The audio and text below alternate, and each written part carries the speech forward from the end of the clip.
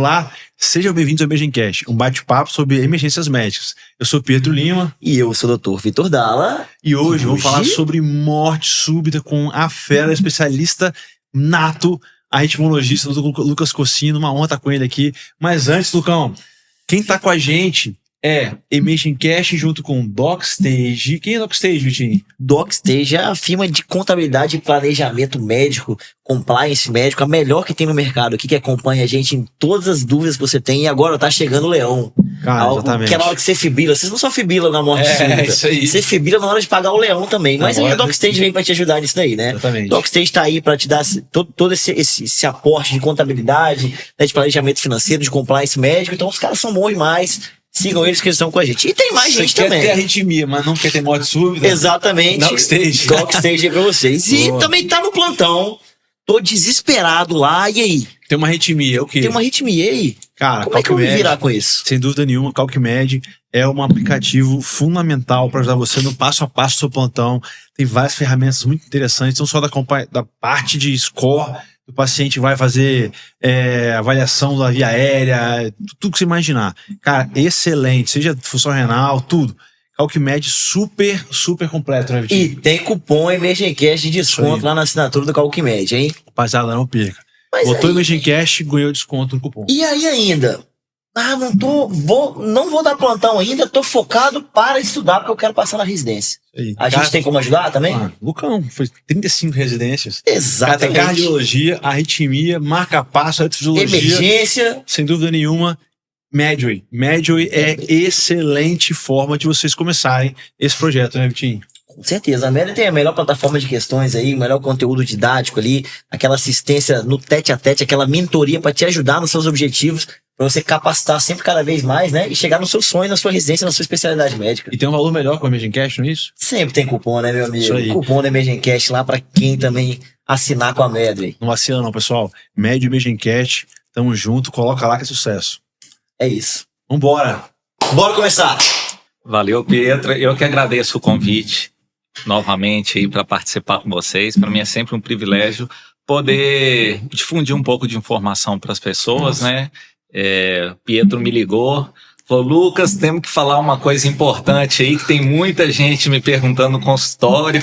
Estou sendo bombardeado por essas perguntas aí, que é morte súbita. Morte súbita. E sempre que tem alguma morte súbita na televisão, aparece na mídia, as pessoas aparecem no consultório morrendo de medo. Com certeza o consultório do Pietro Será tá que eu vou cheio morrer? de pacientes perguntando isso aí. Ele falou, o seu, né? Temos que ir lá hoje, me liga, hoje à tarde, falou, vamos lá. Eu falei, então vamos, Pietro, vamos falar um pouquinho do pessoal, esclarecer algumas dúvidas aí, ver o que a gente consegue ajudar. Teve um caso no Carnaval, que era de Vitória aqui, do Espírito Santo, que uma carnavalesca acabou chegando em casa, tava virado de carnaval, chegou em casa e teve uma morte súbita. Isso teve um alarme na sociedade. E, cara, a gente tem que falar um pouco sobre isso, até para esclarecer bastante, né, Vitor? Exato. Porque é um tema super complexo aí.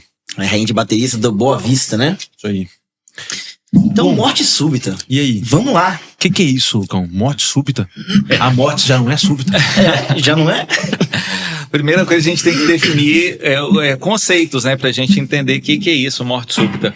Morte súbita é quando a pessoa tem início dos sintomas e vem a óbito dentro de 1 hora. Ou a pessoa que foi vista pela última vez, antes de ter sido encontrada em óbito, em menos de 24 horas. Então você viu, ela foi vista a última vez há 4, 5 horas, aí quando você vê, ela já tá morta.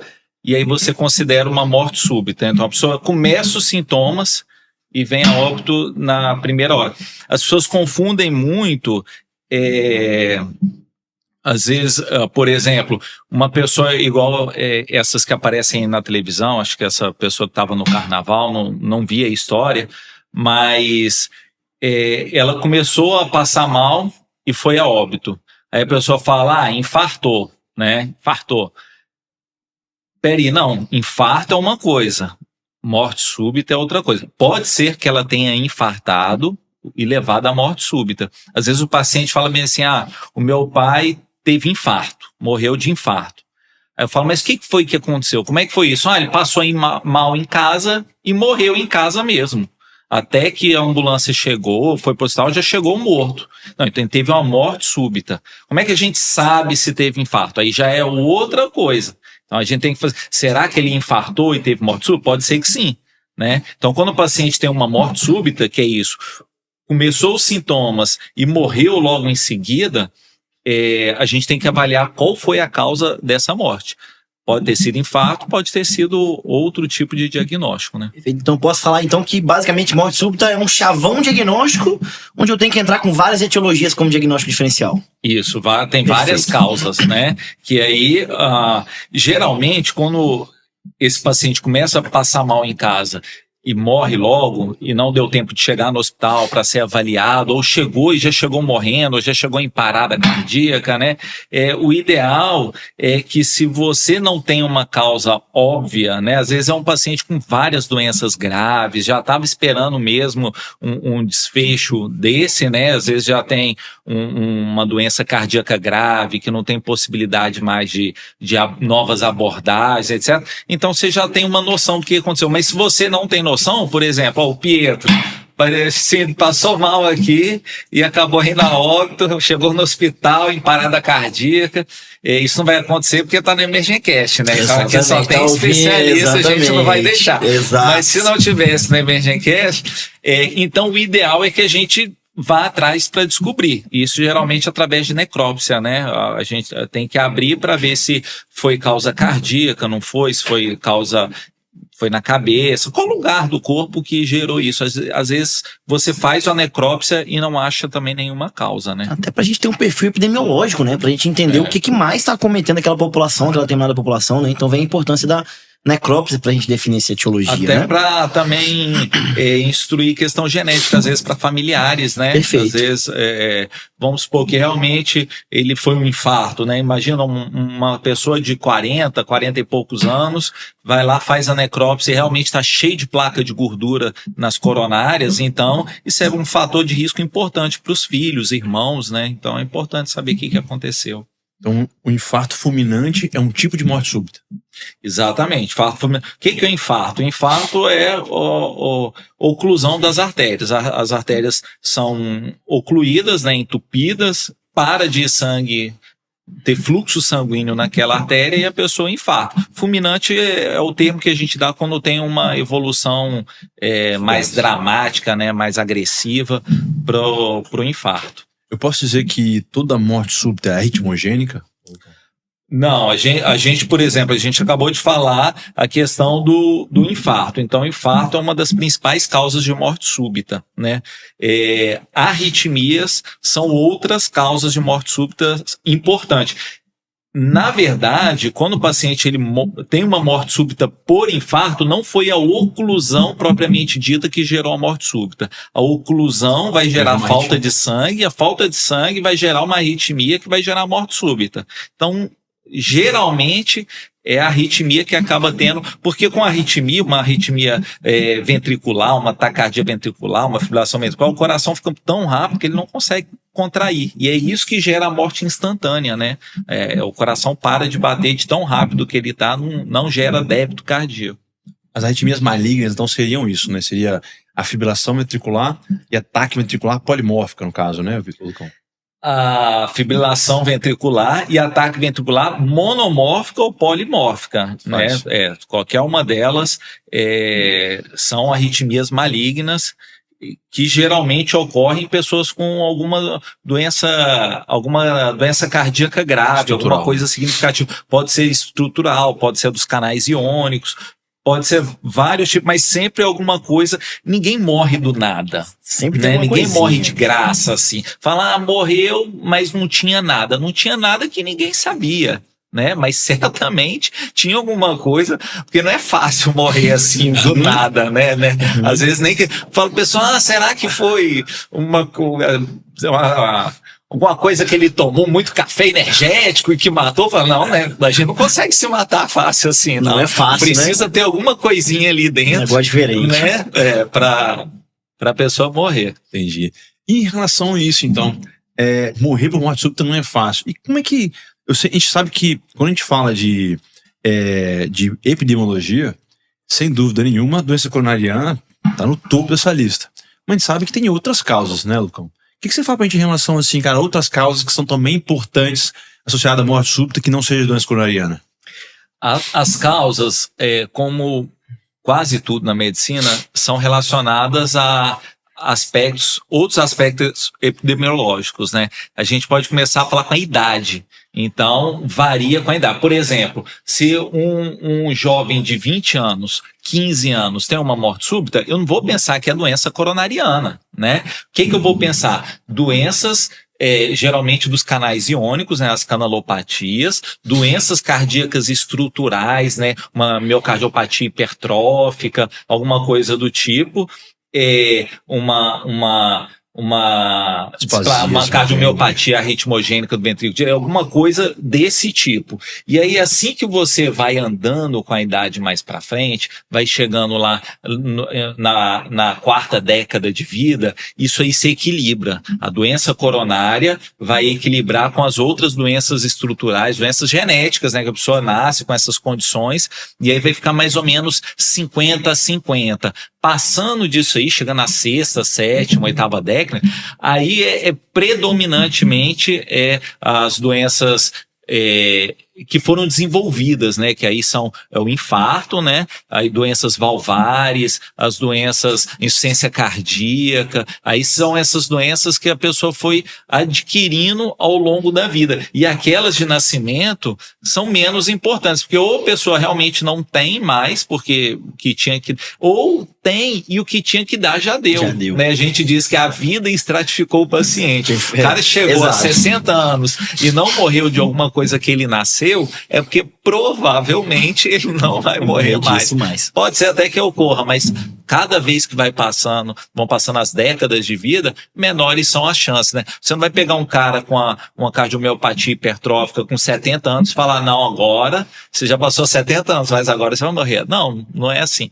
É antes disso. Se ele chegou em 70 anos, provavelmente a vida já estratificou. Um Wolff Parkinson-White, né? Então, se o cara já chegou em 70 anos e não deu nada, é porque provavelmente não vai ser isso que vai manter. Então, o perfil epidemiológico vai mudando de acordo com a faixa etária, a gente vai pensando em algumas doenças mais específicas, né? Por exemplo, a pessoa que morreu agora no carnaval, acho que devia ter na faixa menos de 40 anos, né? 30 essa e faixa poucos, 40 anos. 40 poucos Então, o que anos. a gente pensa menos em doença coronária, menos infarto e mais doenças de nascimento, doenças genéticas, uma cardiomiopatia hipertrófica, alguma doença do canal iônico, né? Alguma coisa desse tipo.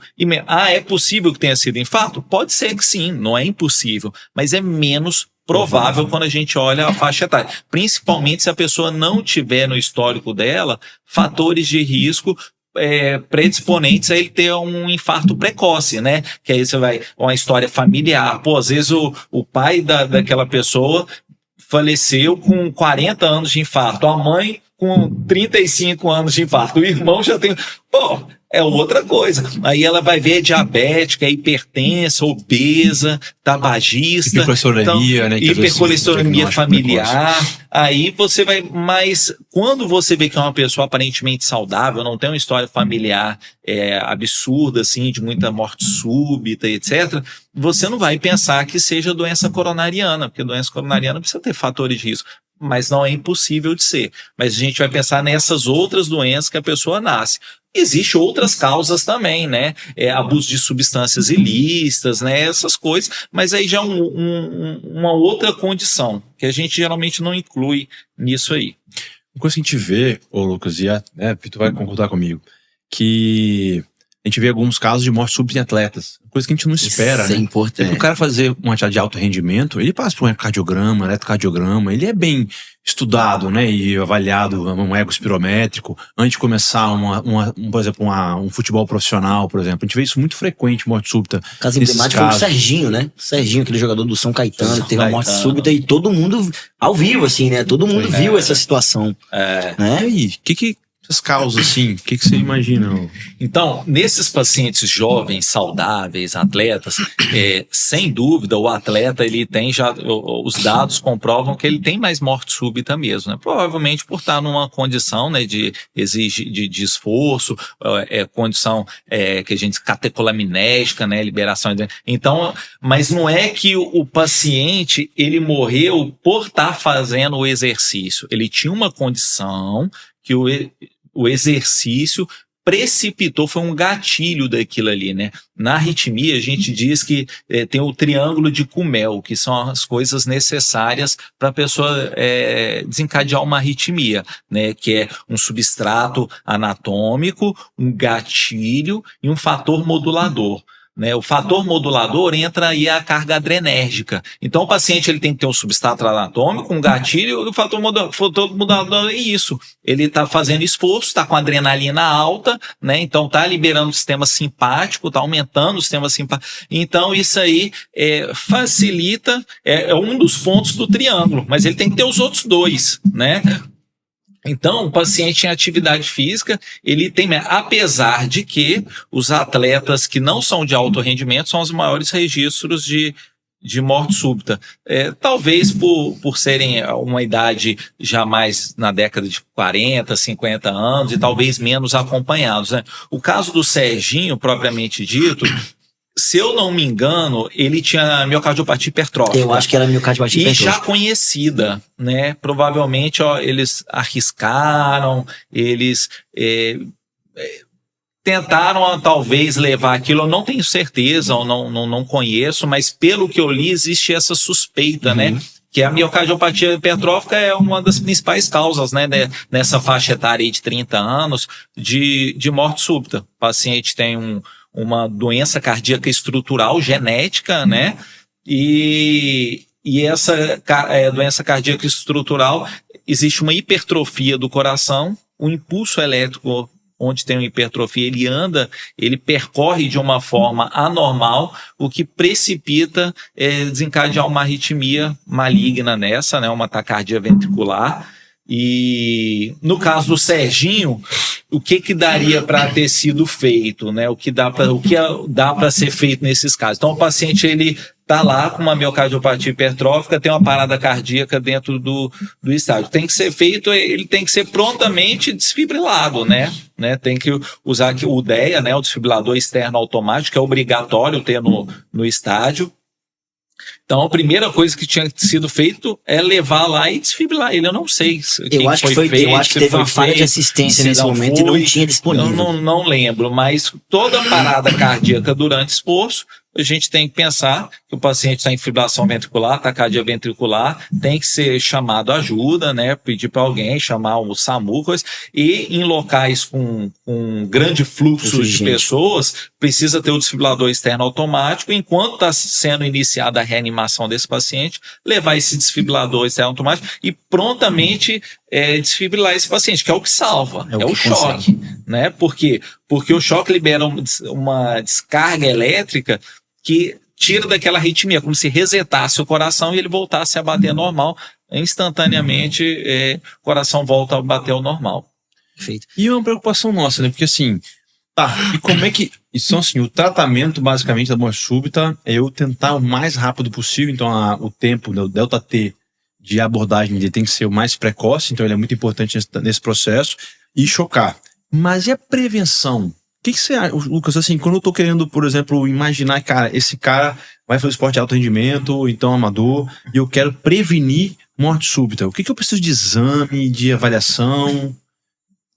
Bom, a avaliação do paciente, ela é individualizada, não existe um pacote de exame que você faz para o paciente e fala, toma esse pacote aqui, faz isso, manda pro WhatsApp, faz todos esses exames e leva na consulta para mim. Não é assim. É uma avaliação, é uma anamnese bem feita, a história, o exame físico do paciente, e geralmente pacientes até 35 anos, alguns lugares falam 40 anos, um eletrocardiograma. né, nos pacientes, então, nessas condições, jovem, saudável, até essa idade, né? assintomático. Por quê? Porque na avaliação, na anamnese, você vai ver se você vai buscar elementos que demonstram que ele está em risco de morte súbita. Então, poxa, o paciente fala, não, estou na academia, estou fazendo esteira lá, e se fosse comecei a sentir uma palpitação, desmaiei. Pô, sério? Tipo assim, red flag, Sim. esse cara vai morrer, né? Então, não, eu jogo bola desde novo, jogo futebol, faço basquete, vôlei, nunca senti nada, nunca tive nenhum problema, faço tranquilo, né? Eu tenho 30 anos de idade, não tenho história familiar anormal nenhuma, meus pais são saudáveis, eles têm uma hipertensão, uma coisa natural, se eu não tenho nada, né, faço meus exames básicos de sangue periódicos, aí não tenho doença de hipercolesterolemia familiar, não tenho nada, nunca desmaiei, o cara não tem nada. Então é isso aí que você vai avaliar. Você vai escutar o paciente, fazer a avaliação, né? Não escutei nenhum sopro, para pensar às vezes uma estenose aórtica congênita, alguma coisa que você vai buscar elementos ali na anamnese, no exame físico, que mostrem condições que o paciente pode estar em risco. Caso não tenha nada, o paciente fizer um eletrocardiograma e não tiver nada anormal, esse é um paciente que pode fazer atividade física. Quando você começa a pensar em atleta, alto rendimento e etc., você às vezes pode adicionar ali um teste de esforço, porque algumas coisas vão aparecer no esforço, né? Mas geralmente o paciente que tem alguma coisa que vai aparecer no esforço, ele sente os sintomas dos esforços que ele fez às vezes na vida dele. Às vezes foi jogar um futebol, fazer uma coisa, já sentiu alguma coisinha. Geralmente não é um cara que fala, não sinto nada, né? Mas pode ser adicionado isso. E em casos específicos de cada história que o paciente for contar, cada história familiar, né? E aí você vai adicionando outros exames complementares para poder auxiliar nisso aí. Perfeito, bom demais. Qual que é aquele paciente, Lucas, que vai chegar no consultório, a gente tá lá, quero fazer atividade física. Quais patologias que eu vou ter que chegar para ele e falar assim, eu não posso te indicar, eu contraindico prática de atividade. Quais são essas patologias que a gente vai contraindicar a atividade física para ele? Isso aí é uma coisa bem difícil a gente falar isso daí, porque envolve muita coisa, né? Por exemplo, o caso, vamos citar aí de novo o caso do Serginho, né? Que tinha uma miocardiopatia hipertrófica, que a gente sabidamente, né, é uma doença que tem um risco aumentado de morte súbita. Mas o paciente quer aquilo por vários motivos. Aquilo é o sonho da vida dele, daquela é a única coisa que ele conseguiu trabalhar na vida para conseguir uma renda, mudou a história de vida da família dele toda, etc. Então são situações que vão muito além do seu consultório. Então, se você for ver, existe até, às vezes, recomendações, né, conversando com o paciente, explicando os riscos, de liberar o cara, às vezes até para atividade profissional, olha só, até atividade de alto rendimento profissional, com orientações e mantendo um desfibrilador próximo ali leva na malinha, pô. Leva no seu próprio ali, ó. Cada vez as coisas estão sendo mais discutidas com o paciente, individualizando cada situação. Né? É lógico que tem condições que são proibitivas, então você não vai ter nem essa... Por exemplo, uma taquicardia, uma TVPC, né, que é uma taquicardia ventricular polimórfica catecolaminérgica, que é uma doença do canal iônico. É uma doença muito grave. A pessoa, nem que ela quiser, ela vai conseguir jogar, porque ela, como o próprio nome diz, catecolaminérgica. Quanto mais esforço a pessoa faz, mais a arritmia dá, ela desmaia lá no campo, e etc. Então são condições que, pelo bom senso ali, mesmo que você libere o paciente, ele não vai dar conta de fazer. Então tem alguma, por exemplo, a síndrome do QT longo, né? O cara quer fazer natação com QT longo, do tipo que dá morte súbita na natação. Afogar lá na água. Não dá. Então tem algumas, mas isso assim, são grupos muito específicos, são doenças raras, né? Que proíbem, e muitas delas têm expectativa, por exemplo, a TVPC, a expectativa de vida não é muito boa, né? O paciente a maioria das vezes morre jovem, porque são doenças graves. Eu não sei se você já tiveram a oportunidade de ver, por exemplo, um teste de esteira de um paciente com TVPC. Ele começa a fazer o esforço, aí começa a dar uma extrasístole ventricular, de repente começa a fazer pares, de repente TVNS, começa a aumentar, e você fala, não, para. Pera aí, né? Aí assim que começa a descansar, começa a diminuir, some e some tudo, né? Nossa. Então, assim, totalmente dependente de catecolamina. Então, esse paciente não vai poder fazer Nasceu sedentário esse cara, né? Hã? Nasceu pra ser sedentário, quietinho. Vida de... Complicado, né? Então, cara, interessante isso. Até assim, eu tive um exemplo grande que a minha monografia de medicina foi isso. Um garoto de 17 anos de idade que foi diagnosticado com cardiopatia hipertrófica. Mas como é que foi interessante? O cara passou no ITA, fez a prova do ITA, o teste físico, fez a cardiograma, tinha hipertrofia, tinha sobrecarga ventricular esquerda no eletro, fez o eco, cardiopatia hipertrófica, não conseguiu entrar no ITA, cara, por causa da CMH. E aí foi fazer física, aí fez física e tal, etc. Moleque crânio. Caramba. Mas e aí começou a fazer TVNS, cara. E algumas síncopes, aí teve que colocar um CDI. Isso é interessante pra te perguntar. As indicações, tem algumas arritmias, tem indicação de CDI, não tem jeito. Fala né, o que é TVNS, que o povo tá cardia ventricular não sustentada, que nem todo mundo tem essa gíria de carro de vocês, não, tá? Vocês ficam falando gíria de não vocês. sustentada, né? Quando eu tenho acima de 4 batimentos, sabe? Ó, quem tá aqui Olha lá, o ritmologista. 3 batimentos, 3. isso é 4 ou mais, pô. Isso quer dizer 3. E menos de 20 segundos, não é isso? 3 ou mais, até 30 segundos. 30 segundos.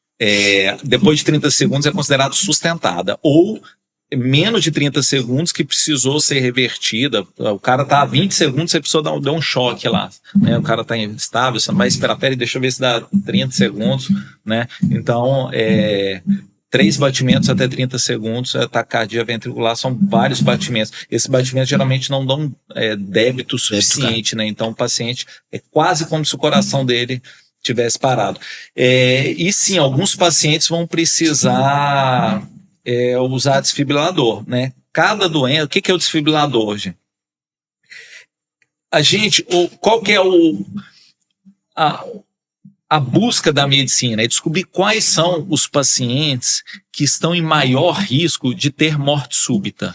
Isso não é fácil, isso não é uma coisa simples. Então, é bastante estudado quem são os grupos de pacientes de maior risco, né? Então, tem várias doenças que o paciente, muitas doenças dos canais iônicos, né? Miocardiopatia hipertrófica, cardiomiopatia arritmogênica do ventrículo direito, né? Então são doenças as doenças coronarianas, insuficiência cardíaca, né? Que tem o risco aumentado de morte súbita. E esse é o papel do cardiologista e principalmente do arritmologista para avaliar quais desses pacientes estão em risco. Então o arritmologista vai olhar e falar bem assim, não, o seu risco de morte súbita é aceitável de você viver sua vida sem o desfibrilador. Outros não, ele calcula como um risco muito alto e aí ele coloca o desfibrilador no paciente. O que é o desfibrilador? É um dispositivo como um marca-passo, eu tenho até um aqui, um dispositivo como um marca-passo, que ele fica aqui subcutâneo, embaixo da pele, vão cabos que vão até o coração, e esses cabos ficam ali monitorando o coração 24 horas por dia, 7 dias por semana, o resto da vida do paciente. Quando o paciente tem uma arritmia maligna dessa, uma arritmia grave, que vai levar ele à morte súbita, o aparelho prontamente detecta e reverte a arritmia, seja com aceleração do coração, alguns mecanismos que ele tem, ou com um choque, a descarga elétrica. Então o paciente carrega. Então por que não põe todo mundo? Porque é uma cirurgia, é um aparelho que vai ficar ali o resto da vida, a bateria dura aí, 8, 10 anos, então vai ter que trocar o gerador periodicamente, os cabos eletrodos podem ter complicações, podem ter infecção. Fio, infectar. Então tem consequência. Então você tem que pesar o risco-benefício de quem merece receber um desfibrilador, quem vai ser mais beneficiado do que prejudicado por esse aparelho. E aí vai de cada caso. Então você tem que analisar cada um desses aí, ver os critérios para ver se vale a pena ou não para aquele paciente. Aquele paciente que começa a dar aquela ligadinha, né? É interessante que se você pesquisar na internet, tem alguns vídeos de casos assim. Inclusive tem um jogador profissional, eu acho que foi no campeonato inglês, eu não sei nem se é primeira divisão, não sei direito, mas eu vi o vídeo. O jogador, ele tá jogando no meio da partida ali de futebol e ele se sente mal e cai. Aí os outros jogadores chegam em volta dele, abrem as mãos assim, ficam olhando, de repente ele toma um choque, dá pra ver nitidamente. Ele abre o olho como se nada tivesse acontecido, ele levanta e como se nada tivesse acontecido. E tem um outro vídeo que eu achei bem interessante de um rapaz no escritório, ele tá sentado na cadeira e do lado eles vão mostrando ali o que tá acontecendo com o coração dele. Ele começa a sentir mal, levanta e cai. Né? E aí ele estava tendo uma arritmia ventricular, o aparelho detectou, deu choque, ele abriu o olho, levantou e saiu andando embora, como se nada tivesse acontecido. Vamos achar esse vídeo pra gente postar na página. O cara caiu desmaiado, né? Doideira, né? O cara teve uma perda de consciência, né, ali, por causa da arritmia ventricular. E aí, assim, esses casos que colocam, por exemplo, CDI, e aí, assim, como eu não tenho função de marca-passo, só tenho função de CDI, o gerador demora um pouco mais tempo de gerador, né? Tem um tempo de vida mais longo? Não, o CDI, todo o CDI ele tem função também de marca-passo, né? A gente consegue estimular, consegue fazer tudo com ele conforme marca-passo.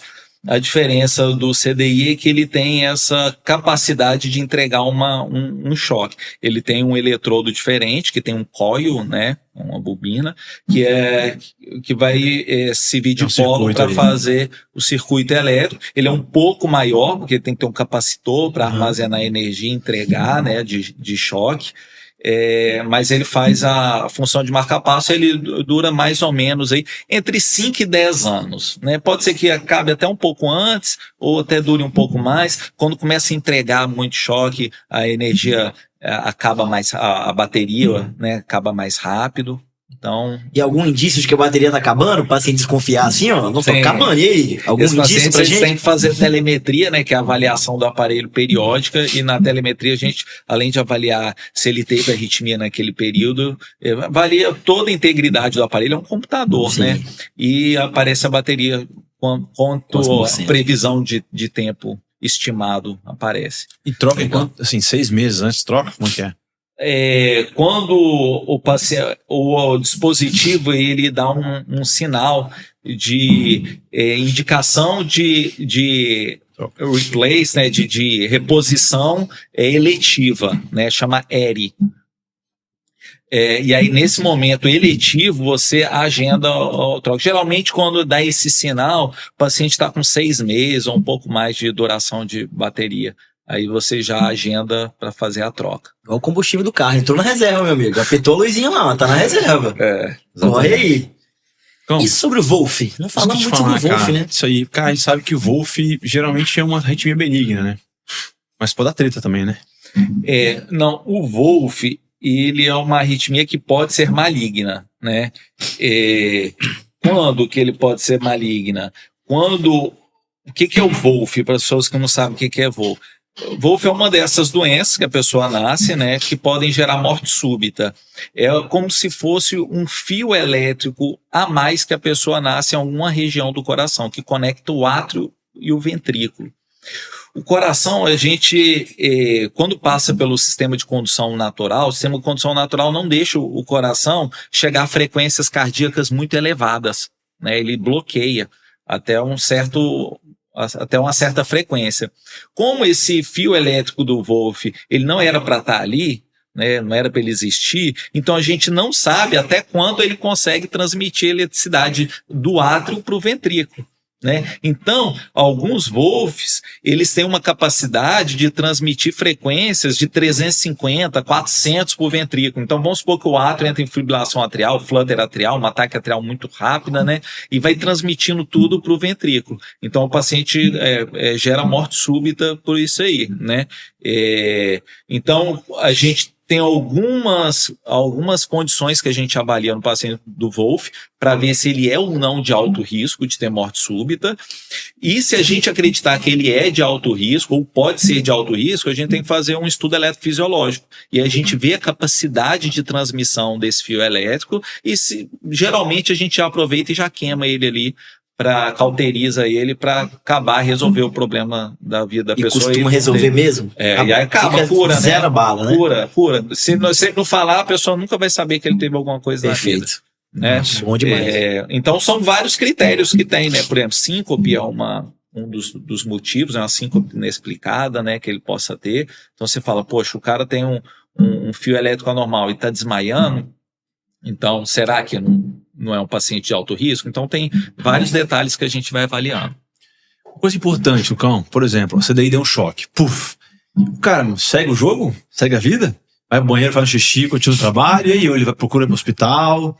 Não, geralmente quando o paciente recebe um choque do dispositivo, o ideal é ele procurar atendimento para saber o que aconteceu, até às vezes para evitar uma tempestade elétrica, né, que é uma emergência mesmo, né, que são 3 choques no intervalo de um dia, né, de 24 horas, o paciente tomar ter 3 terapias, né. Então isso é uma coisa que aumenta a mortalidade do paciente, além de questões psicológicas, né, porque tomar um choque é como igual um coice no peito do paciente, né.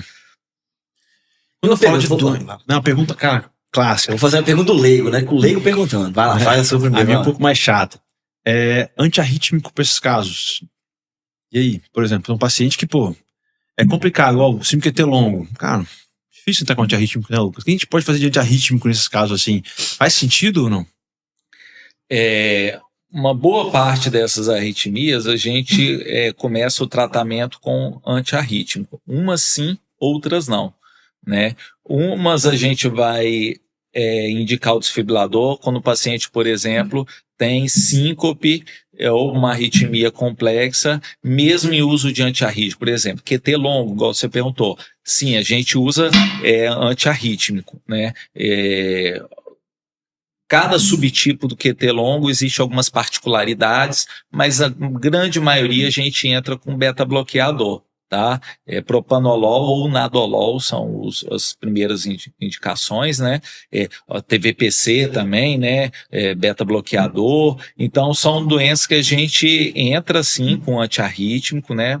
Mas cada tipo de arritmia, cada tipo de doença é algum antiarrítmico que vai ser mais benéfico para aquele paciente. Aí o paciente vai ter que ir no especialista, ver qual que é a condição dele, qual foi o contexto, para a gente poder começar o antiarrítmico para ele, ou não. Ou às vezes tem doença que você fala, não, esse aqui tem que já botar um desfibrilador, coisa grave, né? Geralmente pacientes sobreviventes de morte súbita, né? Você não vai esperar ele ter uma outra para poder colocar um desfibrilador.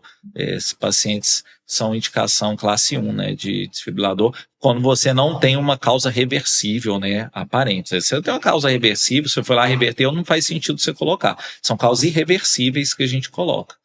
Propanolol? O bom e velho propanolol? O bom e velho propanolol. E nadolol.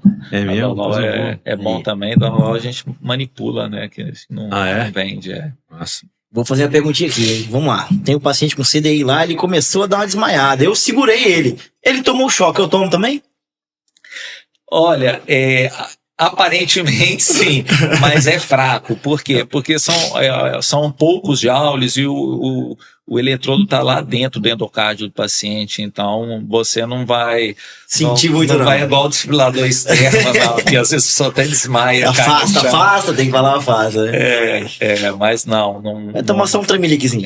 Não precisa ter preocupação. Perfeito. Não. Mas o paciente vai sentir bastante, vai tomar você pode ter certeza. Dá um pulinho, né? Pulinho de leve. Às vezes o paciente não percebe. Eu já tive casos de paciente que, como ele desmaiou, ele não percebeu que ele tomou um choque. Olha que coisa, até difícil de acreditar, né? O que aconteceu? É até difícil de acreditar. O cara apagou, caiu no chão, desmaiado, aí tomou o choque e vambora. Acordou como se nada tivesse acontecido. Esses caras dirigir, esquece, né, Lucão? Não tem como fazer nada, né? Existe uma diretriz para isso, né? Que vai fazer uma divisão dos pacientes que podem e não podem.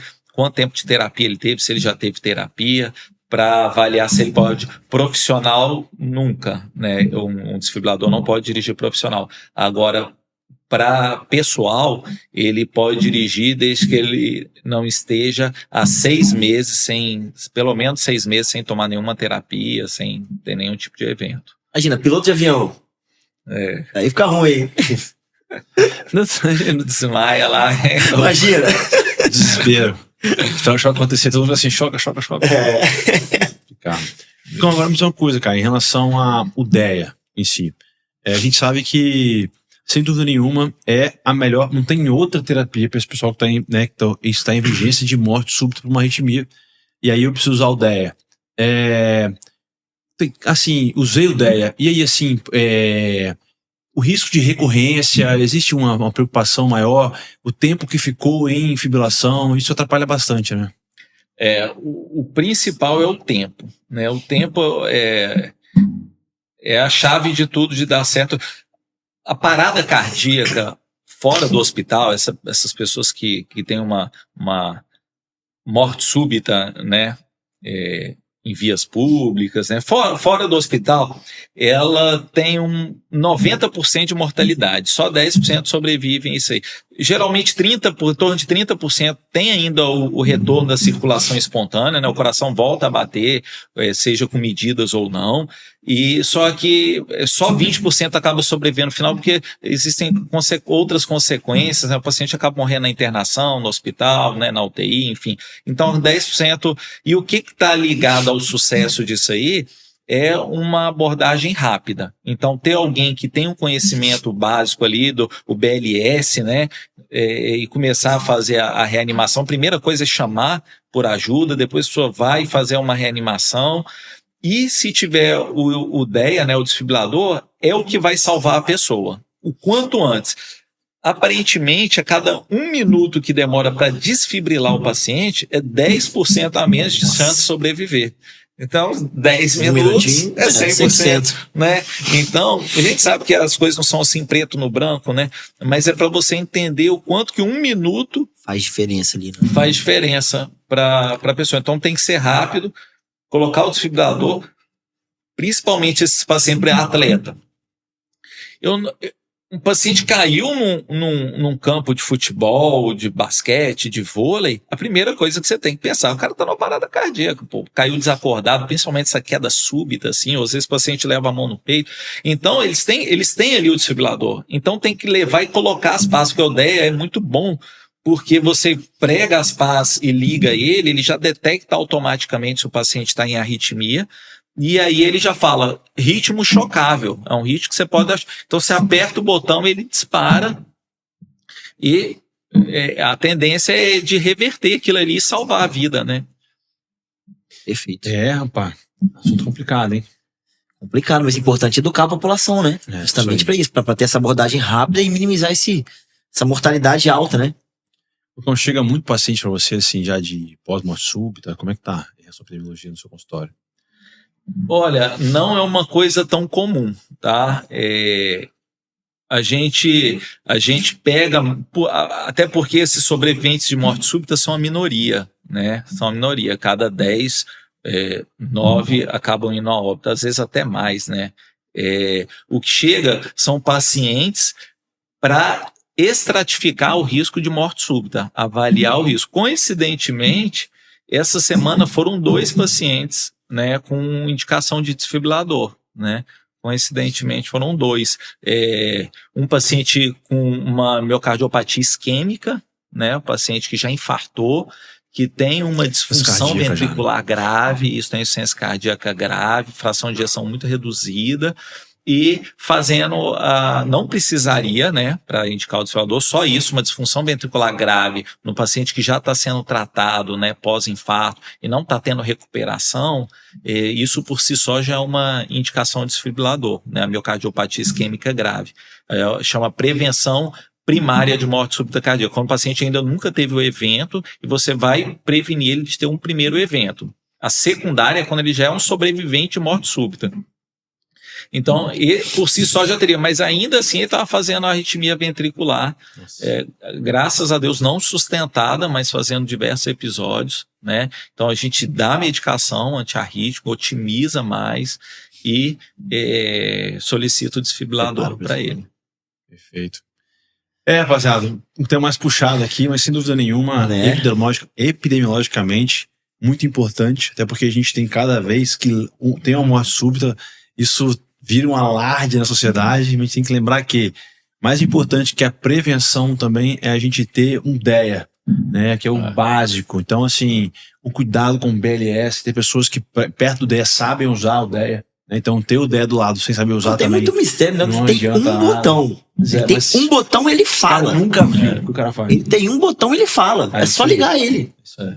Uma coisa que chega muito assim também é desmaio, né? As pessoas, e tem mesmo que procurar o médico, porque o cardiologista, o arritmologista, eles vão diferenciar o desmaio benigno do maligno, né?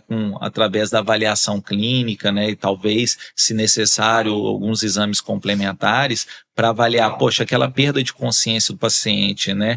Ela é uma perda de consciência benigna, é uma coisa tranquila, que não vai levar o paciente, ou é uma coisa maligna, que vai levar ele à morte, né? E isso o especialista vai saber avaliar e diferenciar, né? A causa do desmaio, né? Que geralmente são síncopes, né? O que é síncope? É uma perda transitória da consciência por baixo fluxo de sangue no cérebro. Então o paciente para de ter fluxo no cérebro, ele apaga, né?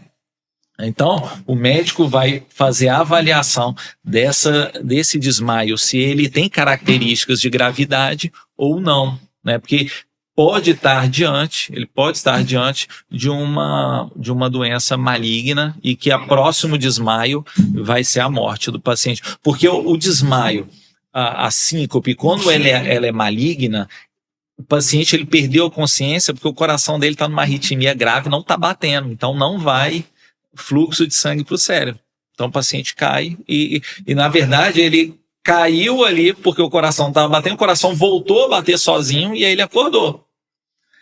Então ele quase teve uma morte súbita. Então isso é muito grave, Gravíssimo. Né? Diferente das síncopes benignas, que o paciente pode ter infinitas vezes que não vai oferecer risco de morte para ele. Perfeito, hein? É isso. Que aula, meu queridos. Sempre Quem pelo quer convém saber aqui é sobre sempre uma morte aula. súbita, cola aqui que agora a gente tá sabendo. Eu fico aqui só de camarote assistindo. Dois caras, um arritmologista, um cardiologista na mesa, e eu fico só aqui ouvindo, só aprendendo. Lucão, Sujabá, fala aí o que você faz, qual é o seu consultório. E aí, pessoal, tô com medo de morte súbita, como é que eu ligo pra você? Como é que fala aí, pessoal? Bom, eu atendo consultório, né? Os casos de arritmia, atendo cardiologia geral também e casos de arritmia, né? Alguns pacientes que são encaminhados, né, para avaliar essas causas às vezes mais complexas, o que precisa fazer, se precisa botar desfibrilador, não precisa fazer algum procedimento invasivo para tratar a arritmia, no consultório, né, acho que não sei como é que faz, eu coloco o número lá. Bota sua arroba. A gente põe arroba, Instagram, tudo. O meu Instagram também, a pessoa pode entrar em contato, né, que é meu nome, @LucasCorsino, e mandar lá uma pergunta, uma solicitação, tirar uma dúvida, né, relacionada ao assunto. Mas, pessoal, tempo a gente tem agora, obrigado pela presença de vocês. Então, segue a gente nas redes sociais, YouTube, Instagram, @BenjamCast, Spotify, Apple Podcast. E aí, cola com a gente porque tem muita coisa pela frente ainda. TikTok, esqueceu do TikTok. Tem TikTok também? Temos também, tudo com a gente aqui. Então, muito obrigado por quem esteve até aqui. E vambora que tem mais coisa pela frente.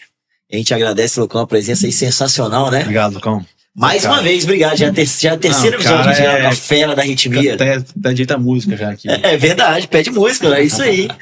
Então, galera, Não, eu que agradeço aqui o convite mais uma vez, ao Pietro e vocês todos aqui do programa. E fico à disposição para. Valeu, irmão. Não fala isso não. Novos episódios aí. Fala isso não que a gente chama mesmo. Caso tenha algum assunto interessante aí que possa atender ao público, eu fico à disposição. É isso aí. Obrigado, irmão. Rapaziada, Até a próxima. Até a próxima, valeu. Valeu.